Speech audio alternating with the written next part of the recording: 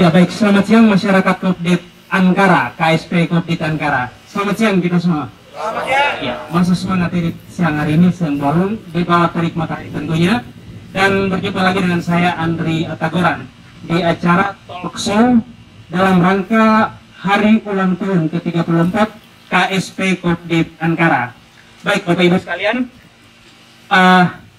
perayaan ulang tahun KSP Kopdit Ankara yang ke-34 kali ini dirayakan dengan cara yang sedikit berbeda ya. Selain penanaman jagung hibrida, penanaman jagung hibrida perdana di Kabupaten Lembata, juga kita mengemas satu kegiatan yang cukup berbeda juga. Ada talk show kali ini. Dan seperti yang kita ketahui di belakang layar kita ini, ada satu tema yang cukup menarik, yaitu Ankara Milenial 4.0 menuju Ankara Kuat, anggota sejahtera. Tentu panitia pasti memiliki alasan atau latar belakang yang cukup kuat untuk menentukan tema yang sudah hadir di depan kita ini. Dan Bapak Ibu sekalian, sudah hadir bersama dengan saya ada 5 narasumber di depan saya ini. Ini wajah-wajah ceria, wajah-wajah yang selalu memancarkan energi positif semua nih. Saya sapa satu-satu dulu. Yang pertama ada GM KSP Kopdit Ankara, Bapak Julius Pria. Selamat siang Pak Julius. Iya, bisa pakai mic yang ini. Selamat siang Pak Julius. Selamat siang. Ya, bagaimana kabarnya hari ini? Alhamdulillah baik. Tentu bahagia ya, Bahagia. merayakan hari ulang tahun KSP Kopdit Ankara. Lalu yang berikut saya sapa Kepala Lembaga Pemberdayaan Mikro, ada Bapak Eman Ubud. Ini pria berkacamata dari ujung timur Pulau Lembata. Selamat siang Pak Eman. Selamat siang Pak. Ya, bagaimana kabarnya? Kabar baik-baik saja. Pasti baik-baik saja juga, seperti Pak Julius. Lalu yang berikut ada anggota KSP Kopdit Ankara yang spesial tentunya, karena beliau sebagai pendamping petani milenial ya. Yang ada di samping saya baju orange ada Bapak Filbertus Kruel. Ya, nanti beliau akan berbicara banyak tentang bagaimana pemuda atau orang-orang muda atau generasi milenial kembali ke kebun. Bukan begitu Pak Ketus ya. Nah, dan Bapak Ibu sekalian, spesial juga karena beliau adalah anggota DPRD Kabupaten Lembata. Tentu banyak hal yang nanti akan beliau bicara dari dua sisi ini. Selain sebagai petani, beliau juga sebagai anggota DPRD Kabupaten Lembata. Nah, Bapak Ibu sekalian, yang berikut, narasumber kita yang berikut ini adalah kunci utama nih sebenarnya dari pemerintahan. Turut hadir bersama dengan kita saat penanaman perdana tadi.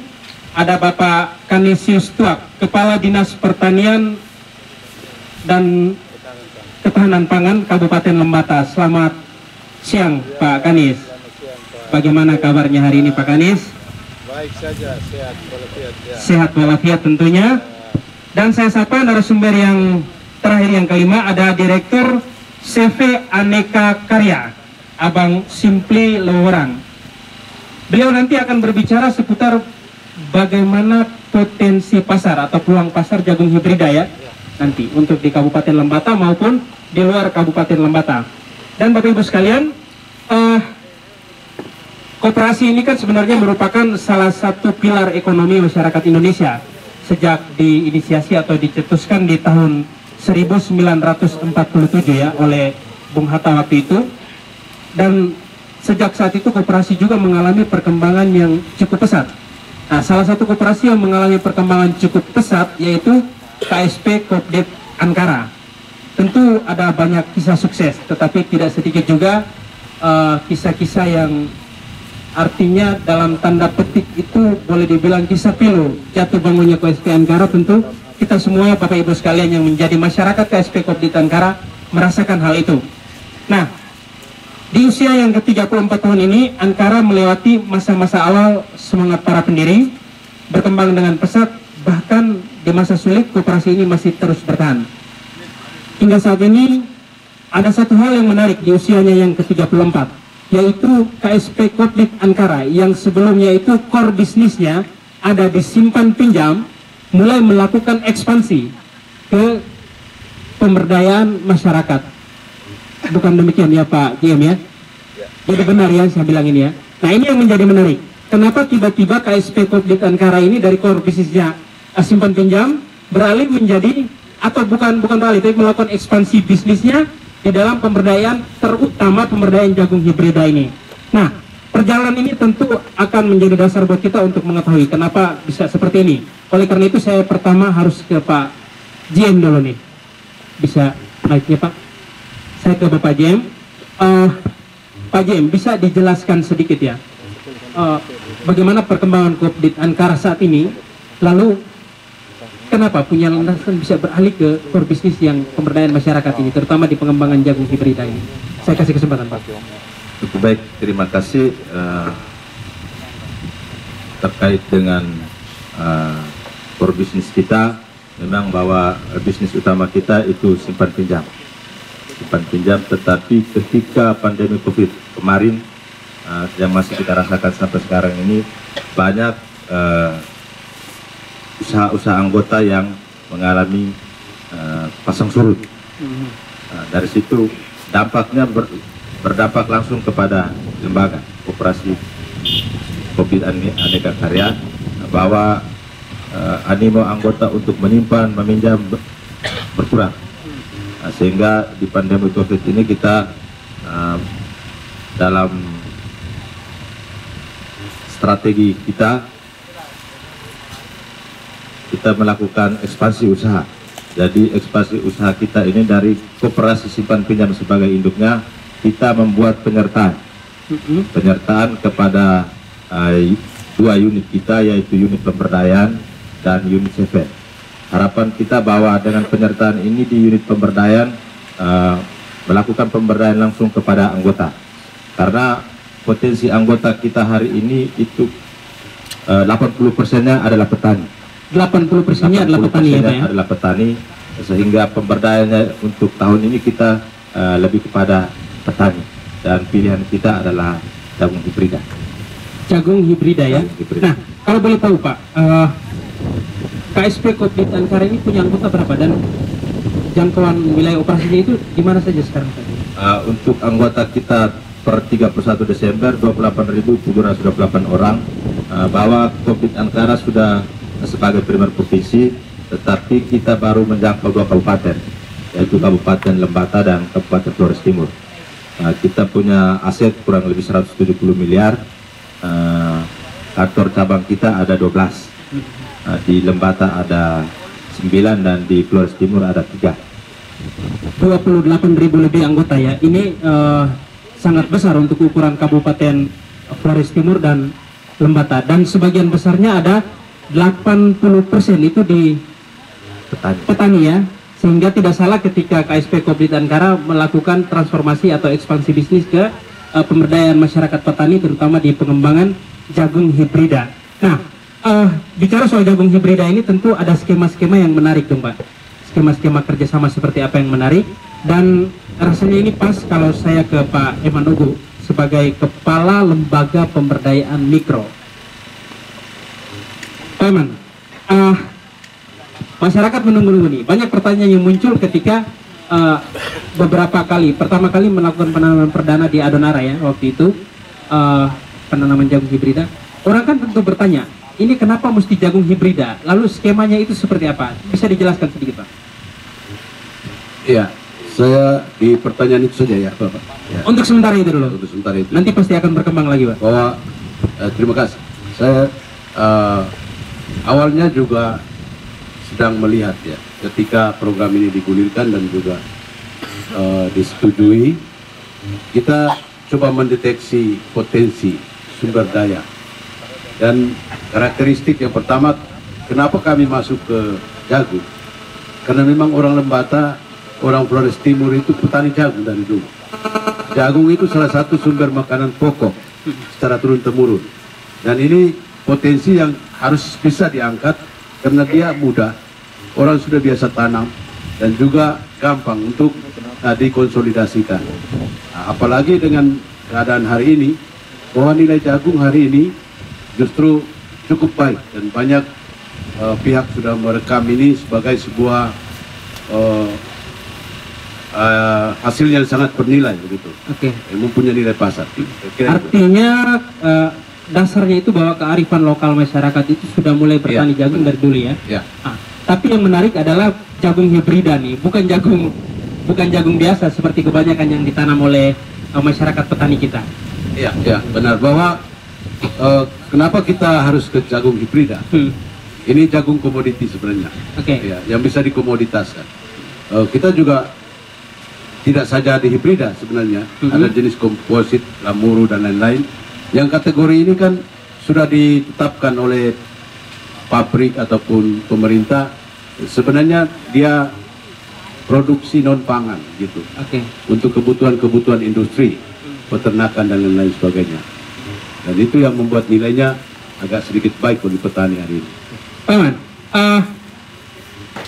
lalu bagaimana dengan skema kerjasamanya dari masyarakat petani atau anggota KSP Kopdit Ankara yang petani dengan KSP Kopdit Ankara sendiri? Ini banyak yang masih belum tahu juga nih sebenarnya. Iya, dalam soal ini ada beberapa skema sebenarnya. Salah satunya kita bekerja sama atas nama KSP Kopdit Ankara dengan anggota, di mana anggota-anggota terkait itu sudah termasuk dalam keanggotaan KSP Kopdit Ankara ataupun belum. Bagi yang belum, bisa saja kemudian bergabung di KSP Kopdit Ankara dengan ikatan kita bahwa untuk sementara ini bisa bergabung secara sukarela, gratis, kita tanggung, jaminannya adalah lahan dia. Hari ini dia tanam jagung.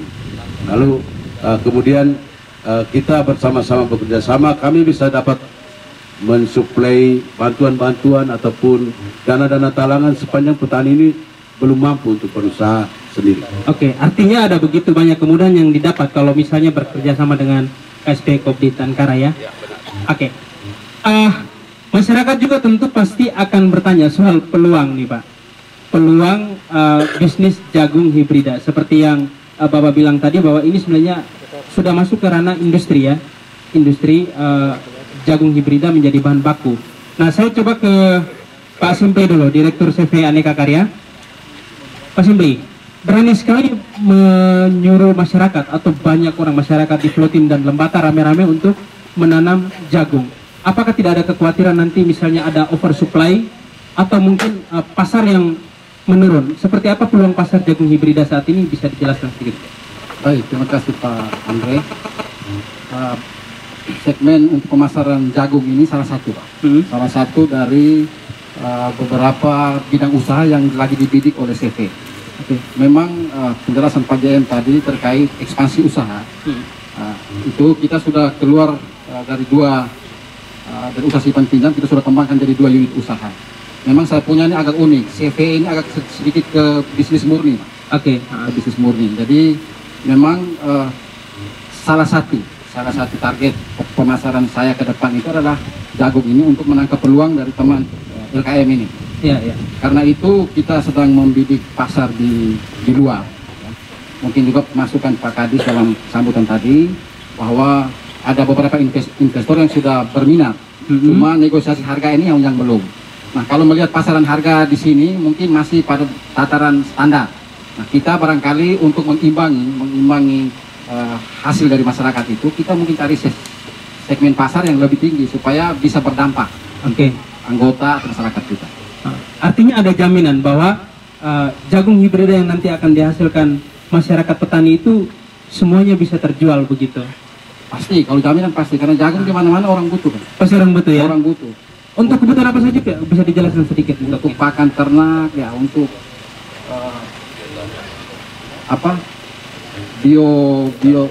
bioetanol ya? Bioetanol. Oke. Nah, saya ke Pak Kadis, pertanyaan dulu Pak Kadis Tuak. Ankara sudah memberikan sebuah jaminan bahwa semua anggotanya akan diarahkan untuk menanam jagung hibrida. Nah, Pak Kadis, ada data tidak soal bagaimana produksi jagung hibrida di Kabupaten Lembata selama ini, Pak? Bisa dijelaskan sedikit? Ya, terima kasih Pak Andri, masyarakat Lembata seluruhnya, terutama masyarakat petani, peternak, bahwa kita punya produksi jagung di Lembata ini, kalau menurut data kita, data BPS ya, itu rata-rata sekitar 22 ribuan. 22.000 ton ya. Ya, itu setiap tahun. Jadi data itu selama ini yang dikerjakan oleh pemerintah ya dalam bentuk paket-paket program dan juga swadaya masyarakat. Nah, kalau dengan adanya kerjasama seperti ini ya, seperti Publik Ankara, nanti datang lagi investor siapa lagi, macam kali dari Sumbawa bila mau datang, terus anggota apa namanya abang, abang dan sebagainya, tentu produksi pasti naik. Oke. Ya. Lalu kebutuhan kita di Lembata ini, kalau data provinsi kita NTT ini kita satu tahun itu sekitar 50 kilo per kapita per tahun ini. 50 kilo per kapita Per tahun ya. per tahun ya. Jadi kalau jumlah penduduk kita ini ada 150-an atau 140-an sekarang, maka sekitar 7 juta kiloan. 7 juta kilo. 7 ribuan kilo kita makan. Berarti masih ada kelebihan ditambah dengan pakan lagi ya. Masih. Karena produksi kita pasti naik ya. Oke. Artinya pangsa pasar untuk di dalam konsumsi di dalam daerah juga masih cukup besar begitu, Pak? Ya, kalau kemarin ternak babinya masih cukup, masih hidup, itu pasar jagung tidak ada kesulitan. Oke. Ya, sehingga kemarin waktu bulan April 2021 itu memang kita harus kirim keluar. Karena tidak ada kebutuhan. Tidak ada kebutuhan pakan. Kebutuhan pakan menurun ya, Pak? Daerah ya menurun. Mudah-mudahan dengan adanya kerjasama ini ya produksinya naik, kita bisa kirim keluar atau kita olah untuk pakan di sini juga bisa. Oke. Seperti itu ya. Baik, Pak Kadis. Ada sebuah kekhawatiran bahwa daerah Lembata atau daerah di Flores Timur ya, sebagian besar wilayah di NTT ini kan daerah panas ya dengan cuaca yang ekstrim. Selama ini stigma bahwa masyarakat tanah di NTT itu kan agak sulit untuk perkembangan pertanian begitu. Nah, banyak orang, terutama di wilayah ILAP, kita lihat sendiri bahwa gagal panen itu kan hampir terjadi tiap tahun. Bencana yang satu ini hampir terjadi tiap tahun. Dan sampai saat ini juga masyarakat belum melihat ada upaya diferensiasi produk atau pengembangan pertanian. Nah, bagaimana dari Dinas Pertanian sendiri meyakinkan masyarakat bahwa sebenarnya wilayah kita ini sangat potensial untuk ditanami jagung hibrida begitu. Lalu bagaimana dukungan dari pemerintah Kabupaten Lembata sendiri? Ya, jadi Pak Andri, ini lahan kita cukup luas ya, luas sekali. Kita punya lahan kering di Lembata ini 38 ribuan ya. Kita baru olah sedikit ya. Masih ada sedikit itu yang kita olah. Nah, potensi kita besar di situ, hanya kita masih kalahnya di sumber air ya. Khusus di ILAP ini kita sudah punya program namanya optimasi lahan dan juga optimasi air ya. Oke. Kita gali sumur ya, itu bagaimana kita menanam ya. Nah, untuk program-program kedepannya di sumber-sumber air itu kita harus manfaatkan ya. Jadi di luar musim hujan atau di istilah di pertanian namanya April, September, Asep, itu juga mestinya kita menanam jagung ya di daerah-daerah yang ada sumber air itu. Sehingga tadi saya waktu sambutan saya bilang untuk musim kering itu kita ada buat pembibitan jagung untuk menjawab kebutuhan benih jagung di Oktober Maret nanti. Di Oktober di saat musim tanam ya. Ya, begitu. Nah, Bapak Ibu sekalian, pemerintah sudah memberikan jaminan KSP Publik Ankara siap untuk berkolaborasi. Nah, pertanyaannya sekarang ini kan bagaimana dengan masyarakat petaninya?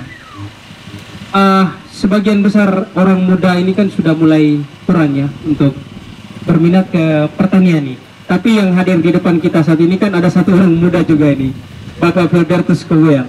Ini dari tadi sebut milenial itu saya pikir umurnya 17 tahun. Ternyata Bapak ini ya 71 kebalikannya, salah ya Pak ya? 50-an ya Pak Filbertus. Mudah-mudahan panjang umur bisa memotivasi orang muda di Kabupaten Lembata untuk mulai bertani atau beralih ke pertanian. Pak Filbertus Kowel, saya pengen tanya dulu Pak, Bapak punya lahan pertanian sebagai anggota KSP Ankara ada berapa luas untuk jagung hibrida ini? Sementara ini ada 3 hektar. Ada 3 hektar ya? 3 hektar itu menurut perhitungan Bapak itu dia bisa produksi berapa ton itu, Pak? 1 hektar itu kita prediksi dia bisa menghasilkan 4 ton. 4 ton. Jadi kalau 3 hektar itu bisa menghasilkan, dia bisa kali 4 itu sudah berarti 12 ton kita bisa hasilkan. Jika itu memang benar-benar bertumbuh dengan baik dan berhasil. Nah, itu. Kecuali misalnya ada bencana atau wabah yang timbul sehingga bisa menimbulkan ya itu gagal dan sebagainya. Oke. Nah, ini 3 hektar kalau dihitung dari aspek bisnis tentu sangat potensial ya Pak Direktur CV Aneka Karya. Itu berapa juta itu Pak kalau kita lihat sebenarnya? Bisa berapa itu Pak? Harga pasarannya sekarang per kilo berapa Pak? Harga pasaran sekarang kurang lebih 3.500 per kilo. 3.500 per kilo dikali dengan berapa ton tadi? 12.000 kilo. Ini bukan main-main jumlah dari nilai investasinya dengan output dari produksinya. Nah, Pak Hubertus, sekarang juga sedang mendampingi beberapa orang muda untuk bertani ya. Bisa mic-nya bisa di ini. Baik. Saya sementara ini mendampingi kaum muda pertanian itu begini. Saya memandang bahwa kaum muda ini kan sementara ini tergantung dari pola berpikir. Iya, iya. Pola berpikir. Dia biar belajar sehebat apapun, tetapi ketika dia kembali ke daerah, kampung, dia kemudian juga terpengaruh dengan pola pikir yang lama itu, warisan dan sebagainya. Akhirnya dia bekerja seadanya, sedapat mungkin untuk makan dan sebagainya. Padahal kaum muda itu kan kita ketahui bahwa memiliki kemampuan kekuatan yang luar biasa. Iya, iya, iya. Nah, kalau demikian halnya, maka kita mesti mengarahkan mereka kepada hal-hal yang positif. Pertama, ketika orang bicara tentang organisasi sebagaimana disampaikan Pak Kadis tadi, orang pada kaum muda itu saya lihat ya tidak sekolah dan sebagainya ini cenderung mencari orang tanam dan sebagainya. Bagus. Tetapi ketika saya melihat hal itu saya ajak mereka berkumpul dan saya jelaskan. Orang ini kalau kita tanam sekarang panennya 3 tahun. Setelah 3 tahun tanam tahun 2022 ini berarti 2024 baru bisa panen ya? Ya. Tanaman lain juga demikian. Kita kan lihat. Tapi kita juga minta supaya kalau boleh mencari hal yang kira-kira dalam tempo waktu yang tidak terlalu lama mereka bisa mendapat hasilnya. Lalu saya tawarkan jagung. Jagung ini ditanam dalam tempo batas waktu 3 bulan. 10 bulan. Kalau demikian halnya maka kita coba merubah pola pikir mereka. Jangan bekerja hanya sebatas untuk mendapat makan atau dapat hidup. Tetapi usahakan untuk bekerja sekuat mungkin, semaksimal mungkin mendapat hasil yang sebesar-besarnya. Dan kerja yang demikian tidak mungkin kerja seorang diri. Saya minta kamu harus bekerja bersama-sama. Artinya gotong royong itu penting. Sebagaimana dulu orang mencana atau menunjukkan bahwa gotong royong itu bagus, penting sekarang kita hidupkan lagi. Iya.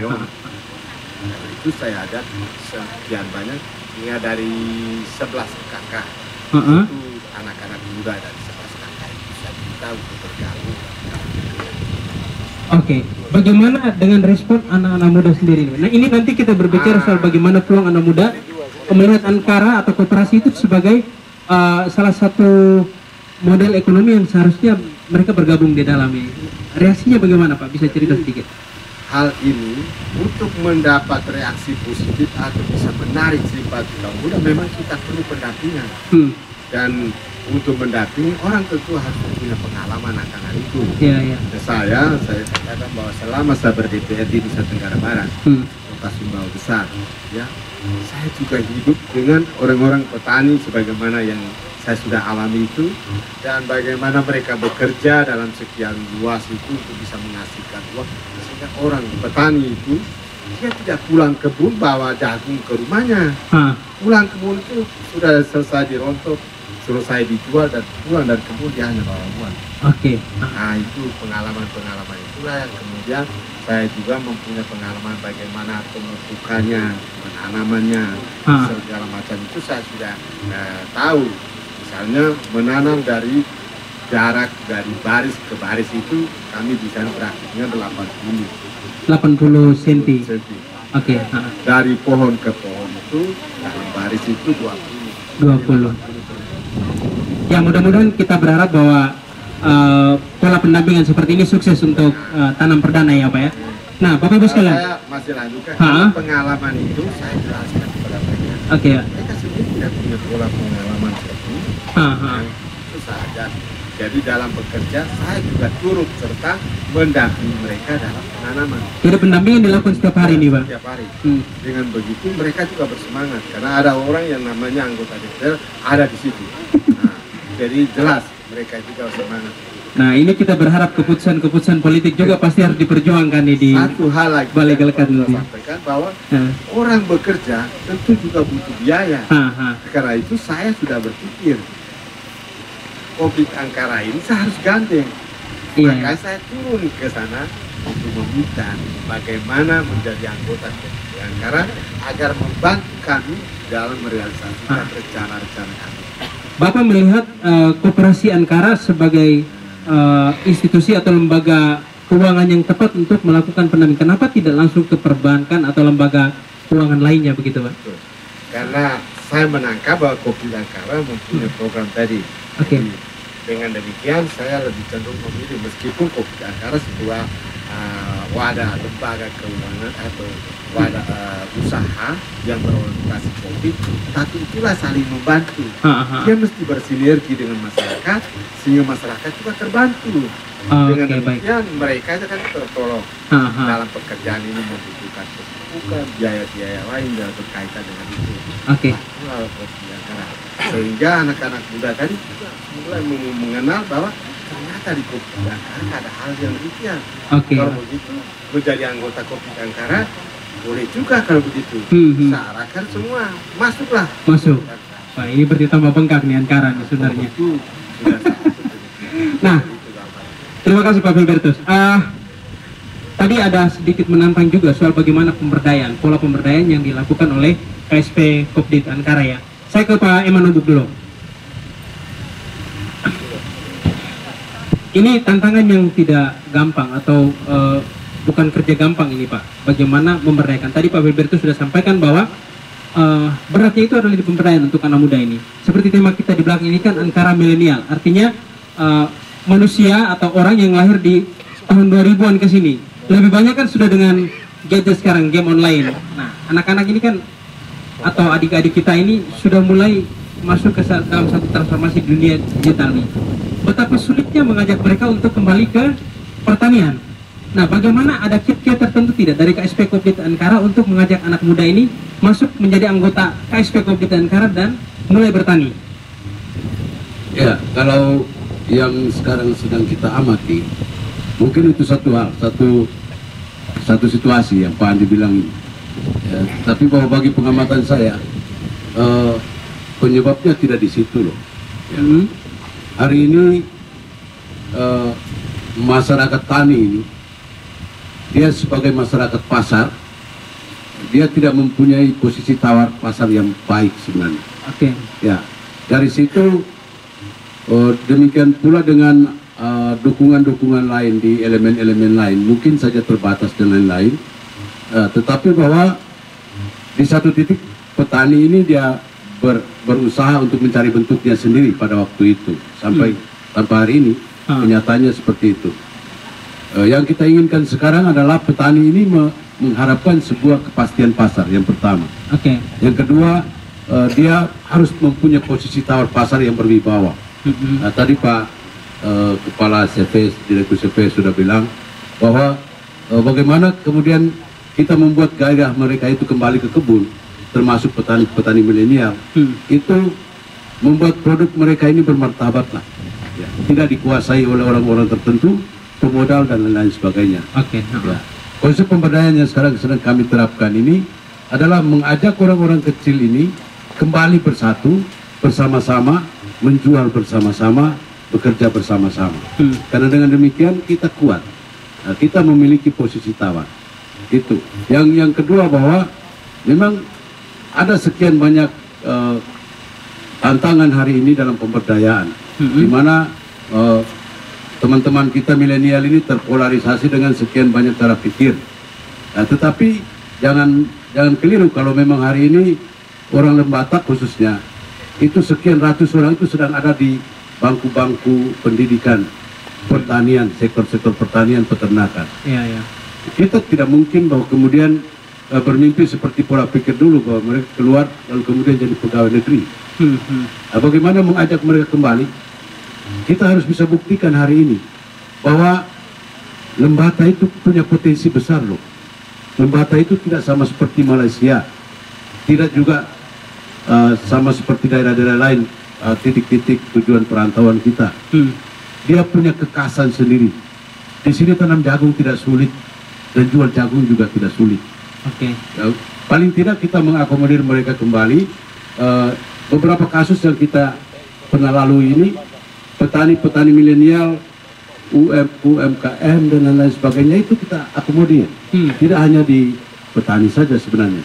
Usaha-usaha entrepreneur yang memang hari ini sedang dikembangkan, kita berusaha sedapat mungkin untuk meyakinkan orang muda bahwa potensi mereka bisa hidup di kampung ini dengan baik, apalagi dengan basic pendidikan yang mereka peroleh di bangku-bangku pendidikan. Oke. Artinya bahwa ada optimisme yang cukup lebih dari KSP Kopdit Ankara untuk menggandeng anggota baru nih Pak ya? Ya, saya percaya sekali karena memang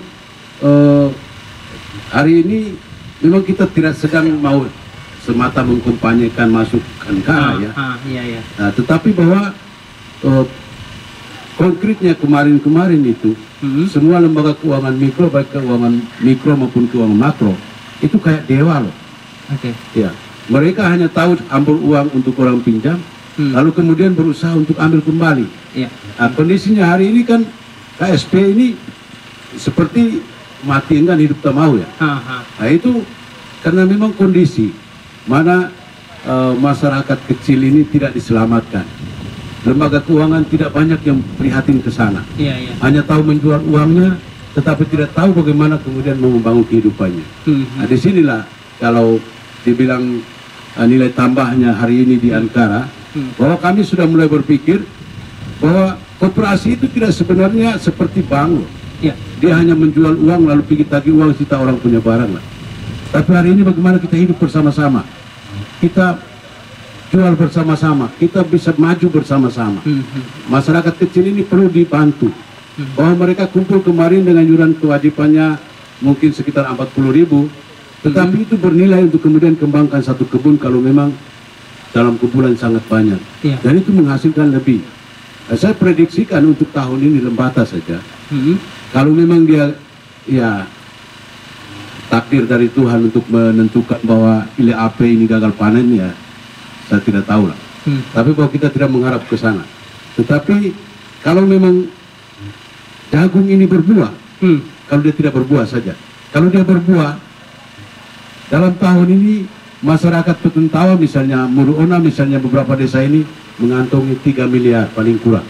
3 miliar itu saya kira bisa memotivasi banyak orang nanti, bisa memotivasi orang-orang muda bahwa marilah kembali ke kebun.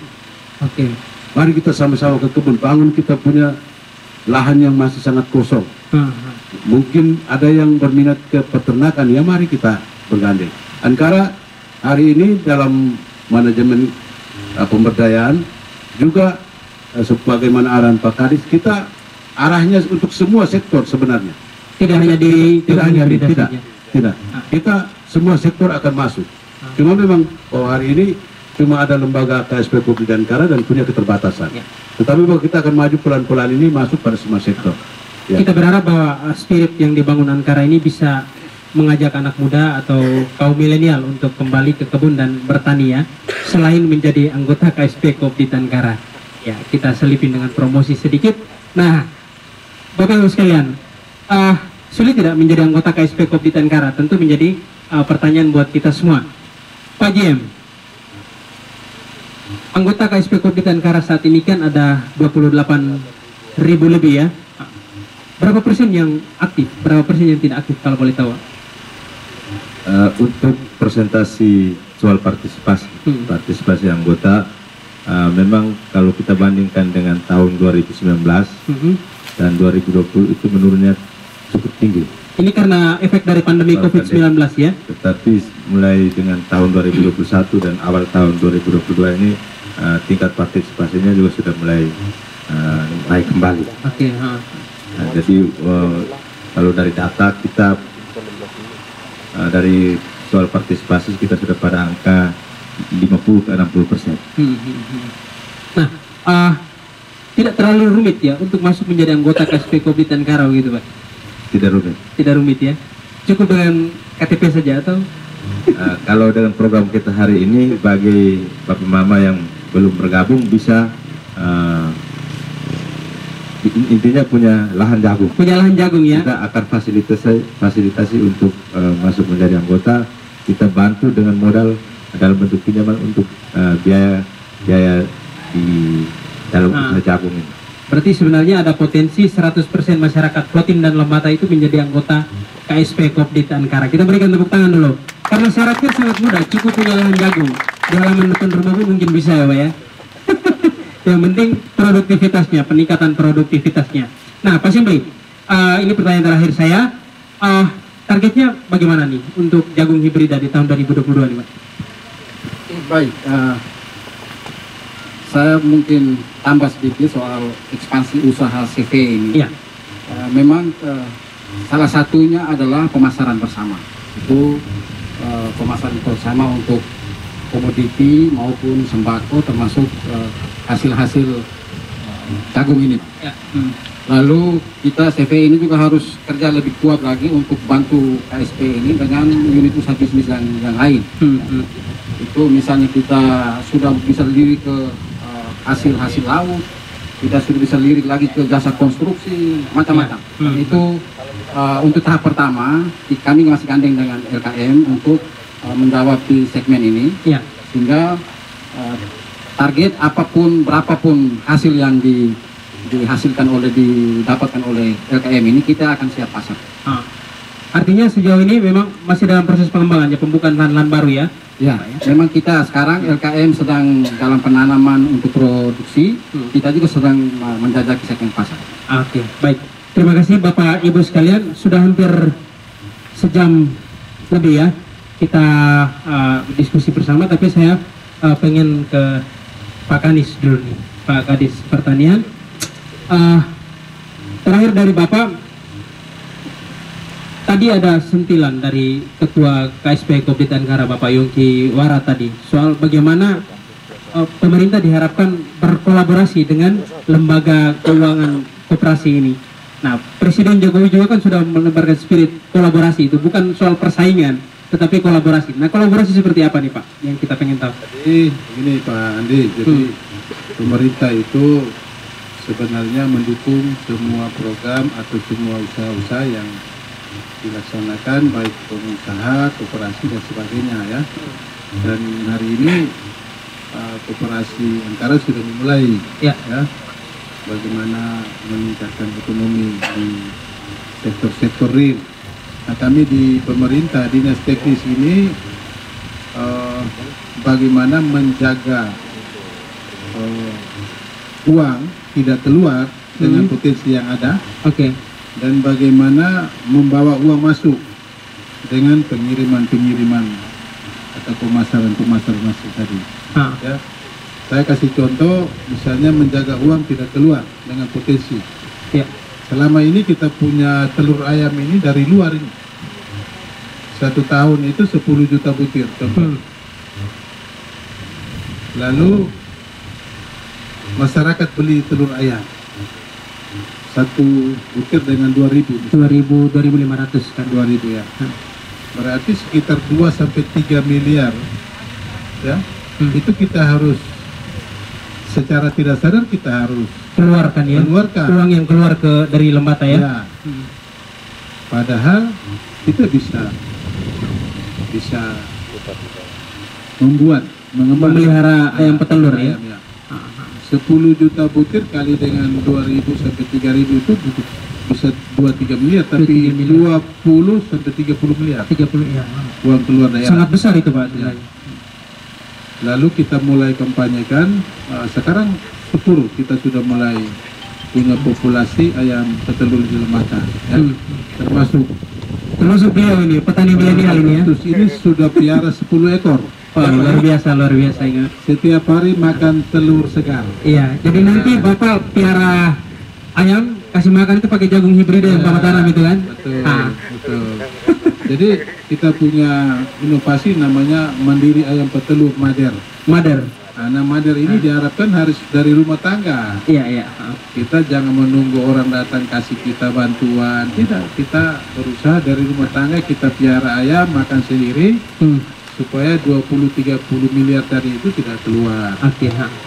Lalu dengan potensi yang ada, kita kirim jagung, kita kirim babi, kambing, ya, semuanya itu supaya uangnya masuk ke sini. Iya. Dengan demikian kita punya perputaran uang seperti tadi Pak Eman bilang tadi, ya semakin banyaklah uang di Lembata.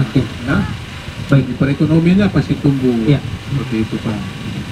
Lalu kolaborasi ya. Untuk kegiatan sekarang ini memang kita sudah kolaborasi, saya banyak. Karena saya punya traktor ya. Diwajak dibayar 50%. Nanti hasilnya dulu baru dikasih 50% lagi. Itu kan kolaborasi kan yang paling simpel lah. Nah, lalu nanti hasil lagi. Hasil ini saya punya PPL ini seluruh desa ada. Lalu kita sepakat tidak ada orang luar yang masuk. Jadi kita punya jagung, sudah sama-sama kita buat jaringan supaya kita nampung semua jagung, kirim ke Kopdit Ankara yang beli. Ya itu hari kan sudah pernah beli, petani punya ya. Yang tahun 2000 berapa? Itu sudah pernah ya? Sudah pernah itu. Oh. Tapi mungkin waktu itu hanya geladi mungkin ya. Geladi. Sekarang baru eksekusinya ya. Sekarang ya. Eksekusi sekarang. Dan target saya tahun ini sekitar 500 ton ya, Pak. Dari program hibrida, bibit hibrida yang kita bagi. Amin. Itu saya sudah kasih tahu sama petugas lapangan. Setiap hektar itu harus dijual, dikembalikan 250 kilo. Tahun ini kan ada 2000 hektar yang ditanam. Kalau kali dengan 250 kilo berarti sekitar 500 ton yang kita harus kirim keluar. Itu 250 kilo itu standar. Kalau dia punya kelebihan ada, bisa jual lebih banyak. Dengan harga yang memang harus sesuai dengan harga pasar pada saat itu. Iya. Saya pikir itu tambahan dari saya. Baik, terima kasih Pak Kadis Pertanian, Bapak Kadis Duak, dan Bapak Ibu sekalian. Sudah banyak hal yang kita dengar dari kelima narasumber kita pada hari ini.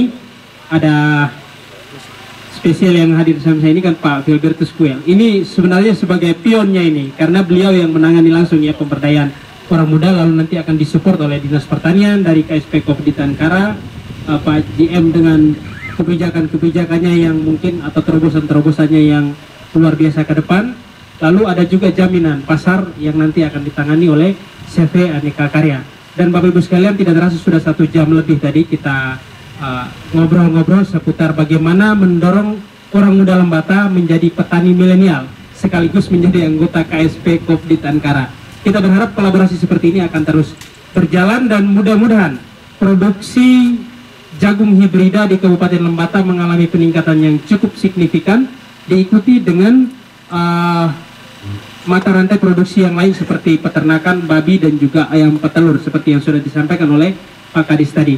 Nah, baik Bapak Ibu sekalian, Bapak-Bapak sekalian, terima kasih banyak sudah bisa berbagi dengan kita pada siang hari ini. Mudah-mudahan kita bisa lebih sukses, lebih baik lagi di tahun-tahun yang akan datang. Dan tidak lupa juga saya mengucapkan selamat ulang tahun ke-34 untuk KSP Kopdit Ankara. Semakin jaya, semakin sukses, anggota semakin sejahtera. Demikian dari saya Andrea Tagoran dan sampai jumpa untuk kita semua. Selamat siang.